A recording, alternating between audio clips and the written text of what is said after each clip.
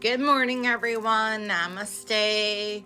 We are going to call in Archangel Michael to clear, cleanse the space, fall negative and lower vibrations from our mind, body, and soul, home and hearts, placing the white light of protector on us with his blue seal.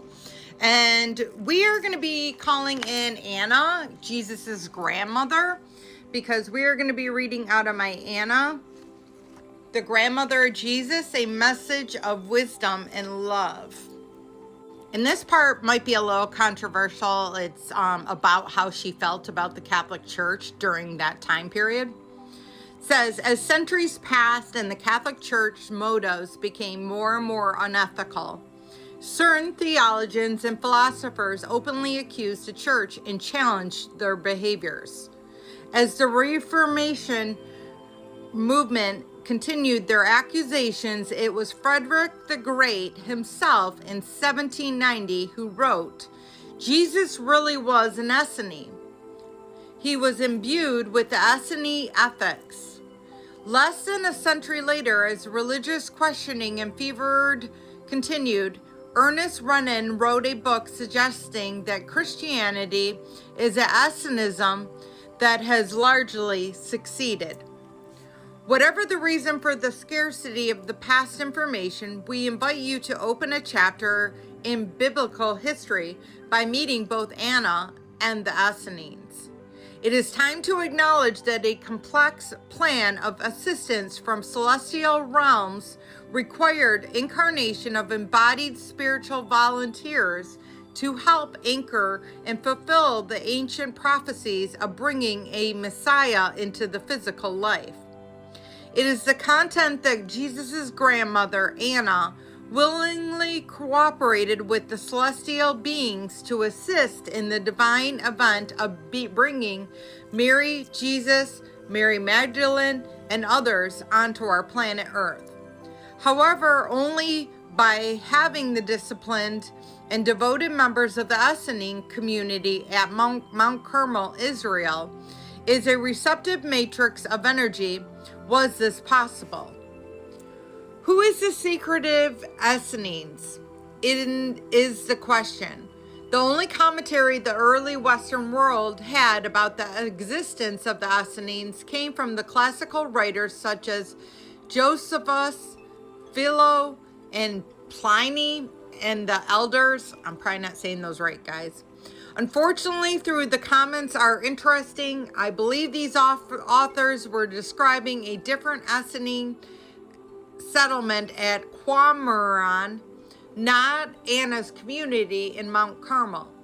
Although the Essenes had their common characteristics of living in disciplined, spiritual, agricultural community of aesthetic, reclusive, pacific individuals divorced from the mainstream of social, political, and Judaic religious practices were the major differences as well as the commonalities. The Mount Carmel Essenes were said to maintain a strict ritual of purity, to share their possession in common, to work hard and keep no slaves. They did not seek pleasure and wealth. They elected their own leaders from among themselves. Because they had strict dietary and health habits, refused to offer animals sacrifice as other Jews did, and used a solar, not a lunar calendar that were considered very odd by their contemporaries. It was reputed that some of the Essenes could even foretell the future. What these earlier writers failed to realize is that there were several Essene communities, and it was the members of the small mystical group of Mount Carmel who was intensely devoted involving in bringing a Messiah to planet Earth. None of the writers apparently understood that the wisdom of Anna, shared with her daughter Mary and later with her grandson Jesus, were profound spiritual teachings, an initiation whose influence would help formulate later Christian beliefs.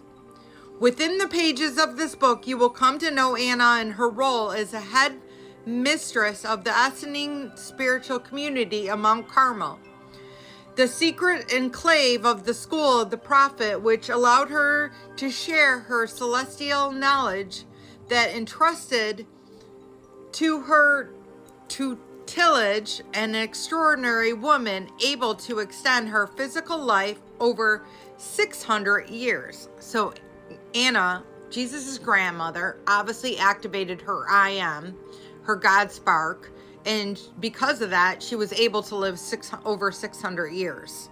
That's crazy. Anna reveals the intimacy of the Essening community and their personal relationship against the backdrop of the Roman occupation of the Holy Lands.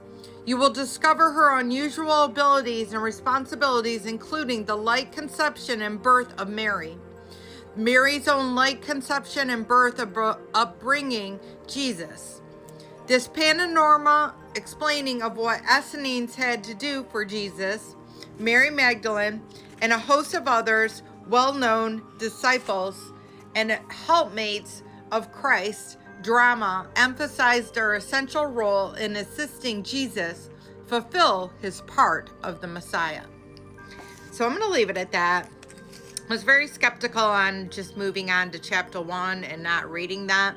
But as usual, I asked my higher self and Team of Light, and they really wanted me to read it. So I understand what they're trying to say, especially because she did live for 600 years. She really got to grasp and see so much.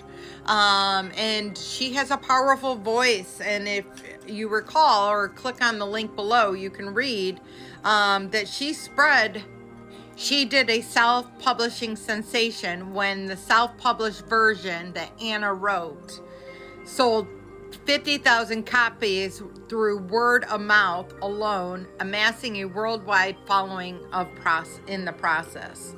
So I will leave that at that, but I think she is a very powerful woman with a very powerful voice, and I cannot wait to hear more of what she has to say. So I love you all. Have a blessed day, and namaste.